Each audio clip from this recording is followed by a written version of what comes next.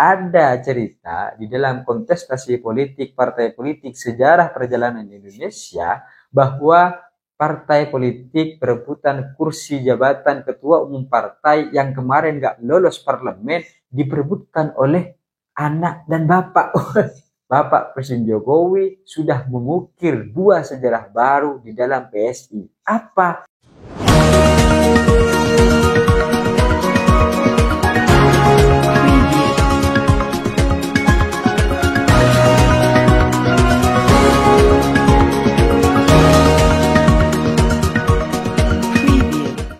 Hai korban ghosting, kadang kita ini merasa orang yang paling punya hak untuk mendapatkan segala macam bentuk perhatian atau kasih sayang dari pasangan kita.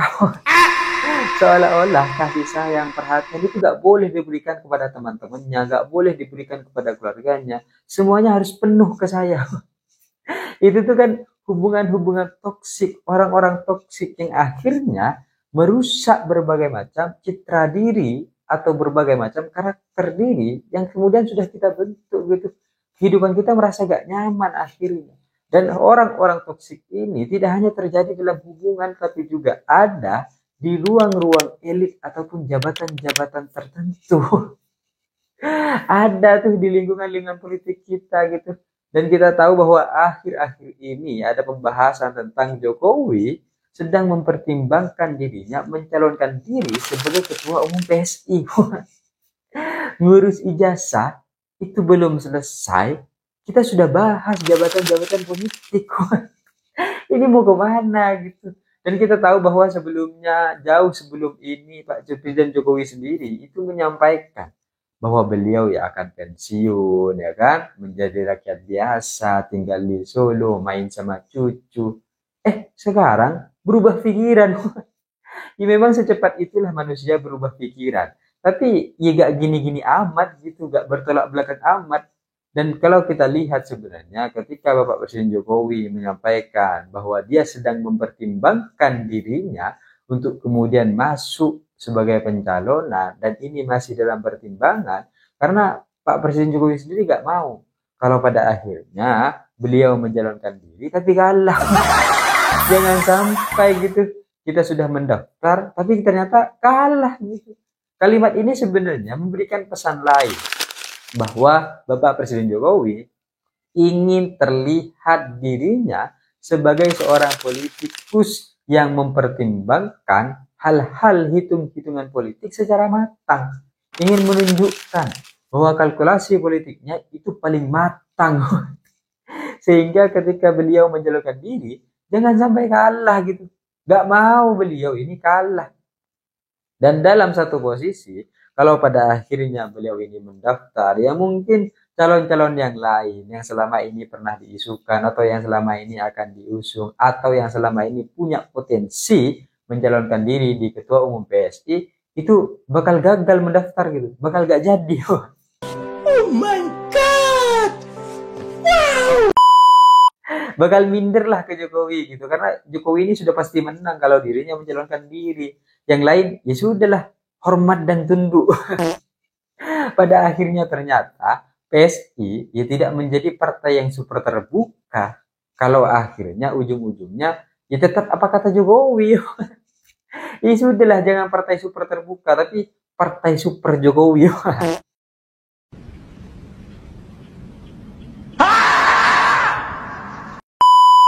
Ini kan lebih cocok dan lebih pas daripada partai super terbuka. Dan kita tahu bahwa Bapak Presiden Jokowi mengatakan ya yang berat dalam proses ini adalah one man one food.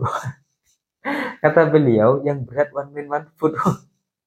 Kenapa berat gitu? Apakah selama ini beliau tidak pernah merasakan one man one food sehingga ini menjadi hal yang berat dan menjadi hal yang baru? Kan enggak.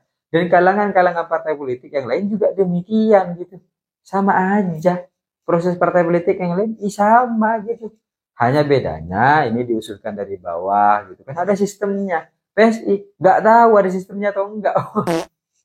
Karena kalau dilihat gitu kan dari berbagai macam hal yang lain, kita akhirnya sadar bahwa saat Bapak Presiden Jokowi misalnya memutuskan untuk mencalonkan diri sebagai ketum PSI, maka pada saat itu pemilu raya yang digadang-gadang sebagai pesta demokrasi PSI itu sendiri, pemilu raya yang kemudian mengusung one man one vote, sebenarnya hanyalah acara seremonial belaka karena semuanya sudah selesai. Di mana? Di belakang.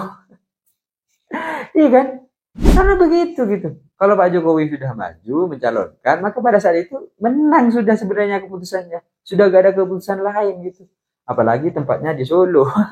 Ini kan sebenarnya memang sudah disetting untuk kemudian Bapak Presiden Jokowi hadir di sana. Dan pada saat itu, pada saat ini, Bapak Presiden Jokowi sudah mengukir dua sejarah baru di dalam PSI. Apa? Satu, misalnya ketika Bapak Jokowi ini masuk dan mencalonkan diri sebagai ketum partai PSI, kemudian beliau menang, pada saat itu kita melihat bahwa menjadi ketua umum partai itu gak perlu jadi anggota.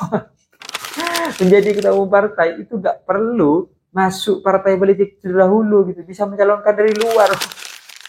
Ya meskipun anggota-anggota PSI waketumnya membantah bahwa ya kan jabatan di partai politik ini banyak, gak hanya formal, ada informal, ada apalah macam-macam katanya kan. Tapi dalam satu posisi ini kan sebenarnya alibi gitu. Ya jawab sendirilah. Pak Jokowi ini, tafsirkan sendirilah Jokowi ini menjadi apa di PSI. Ini kan karena sebenarnya bingung gitu. Jokowi apa di PSI? Apa gitu? Gak ada. Sehingga akhirnya ya jawaban-jawaban alibi demikianlah yang kemudian dilemparkan kepada publik yang sebenarnya agak penting-penting amat untuk kita lihat gitu kan. Kemudian sejarah yang kedua adalah ada cerita di dalam kontestasi politik, partai politik, sejarah perjalanan Indonesia bahwa partai politik perebutan kursi jabatan ketua umum partai yang kemarin gak lolos parlemen diperebutkan oleh anak dan bapak. Karena kalau kita lihat sekarang ketua umumnya kan Kaisang gitu. Kaisang ini masih lebih baik dari Jokowi karena dia masih mendaftarkan diri sebagai anggota, ya meskipun setelah 2 hari tiba-tiba jadi ketum. Kaget. Gak apa-apa gitu. Tapi setidaknya dia pernah jadi anggota. Kalau Jokowi sekarang nggak pernah jadi anggota, tiba-tiba mencalonkan diri. Wah, ini hebat nih gitu. Anggap saja dari kalangan profesional. Dan dari berbagai macam hal ini, nggak mungkin lah Kaisang ini akhirnya masih tetap ikut berkontestasi gitu kan. Sedangkan dalam satu posisi bapaknya mencalonkan diri juga gitu. Ini kan nanti kalau kita melawan jadi anak durhaka. Kan nggak mau Kaisang jadi anak durhaka gitu kan. Nggak mau lah gitu. Jadi mungkin pada akhirnya ya hanya calon tunggal. Dan kalau calon tunggal itu pasti kesan demokrasinya itu nggak ada. Karena pada saat itu semuanya sudah disetting sejak awal bahwa calonnya tunggal. Kalaupun akhirnya rata-rata masih ada, yaitu hanyalah akal-akalan biar kelihatan demokratis. Karena gak mau gitu partai PSI, partai anak muda yang kemudian berbeda dari partai-partai lama, tapi ternyata prakteknya sama aja gitu.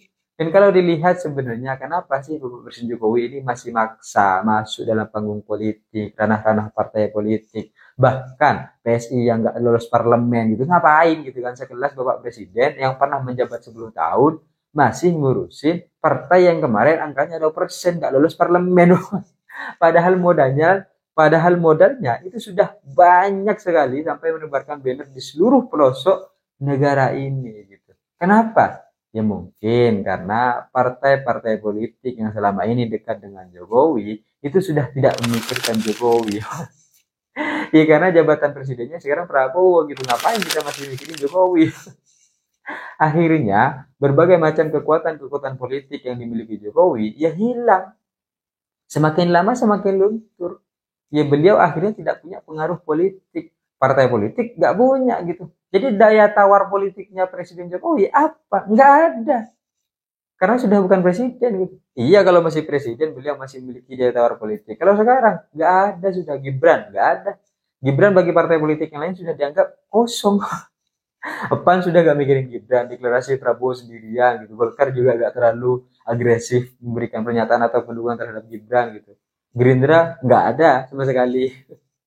Jadi mungkin akhirnya kenapa Bapak Presiden Jokowi memutuskan mempertimbangkan menjadi calon ketua umum di PSI, ya karena partai-partai politik yang lain sudah hilang, sedangkan masih ada banyak hal yang perlu diurus, entah menutupi kasus, ya kan, mendukung Gibran, menjaga posisi Gibran sampai 2029.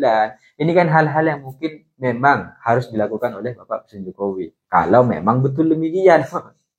Dalam artian ada banyak kasus yang harus ditutupi, misalnya Gibran yang kemudian harus dijaga, bahkan hasratnya untuk maju 2029 misalnya, untuk terus bertahan. Hal-hal demikianlah yang kemudian mungkin menjadi pertimbangan kenapa panggung politik ini harus tetap diambil. Sedangkan sebenarnya kalau Bapak Presiden Jokowi ini mau ya, sudahlah jadi negarawan. Tapi kalau jadi negarawan, beliau kemarin sudah memporak-porandakan Mahkamah Konstitusi. Gak jadi nih gitu. Tapi gak apa-apa sebenarnya, karena kalau pada akhirnya beliau menjadi negarawan, tidak masuk dalam panggung politik praktis, bahkan partai-partai politik tertentu, ini kan jauh lebih baik gitu. Setidaknya beliau bisa memberikan berbagai macam contoh yang baik, meskipun kemarin ada contoh yang buruk. Anggap saja kemarin hilaf lah gitu, gak apa-apa gitu. Tapi sekarang jangan sampai masih melakukan langkah-langkah yang salah lagi gitu. Kita tahu lah sebenarnya Bapak Presiden Jokowi kalau mau dengar, sudahlah berhenti dalam dunia politik, jadi negarawan saja, kembali kepada visi lama, tinggal di Solo, rakyat biasa, main bersama cucu, kembalilah ke visi lama itu. Dan pada saat itu, jenengan nggak perlu repot-repot melawan berbagai macam hal yang hari ini terjadi, nggak perlu gitu. Kekuatan sampean ini adalah tentang ngalah. Pokoknya ngalah aja menang sampean. Tapi kalau akhirnya melawan, kekuatan-kekuatan itu, wibawa-wibawa itu akan luntur gitu. Akan hilang. Dan pada satu titik, ya tidak akan menjadi pertimbangan apapun di dalam berbagai macam hal kebangsaan dan kenegaraan kita. Sudah makin hilang, makin lama gitu. Bahkan kalau ini terus terjadi, ini terus sampai pada satu titik Bapak Presiden Jokowi menjadi ketua umum PSI, rasa-rasanya keluarga Bapak Presiden Jokowi ini akan selesai pada tahun 2029 dan setelah itu tidak akan ada catatan-catatan baru lagi. Karena kekuasaannya di sana gitu, kekuatannya di situ. Ya, tapi itu tetap menjadi hak bagi Bapak Presiden Jokowi, hak politik, ya hak konstitusional, hak warga negara, udah bebas gitu.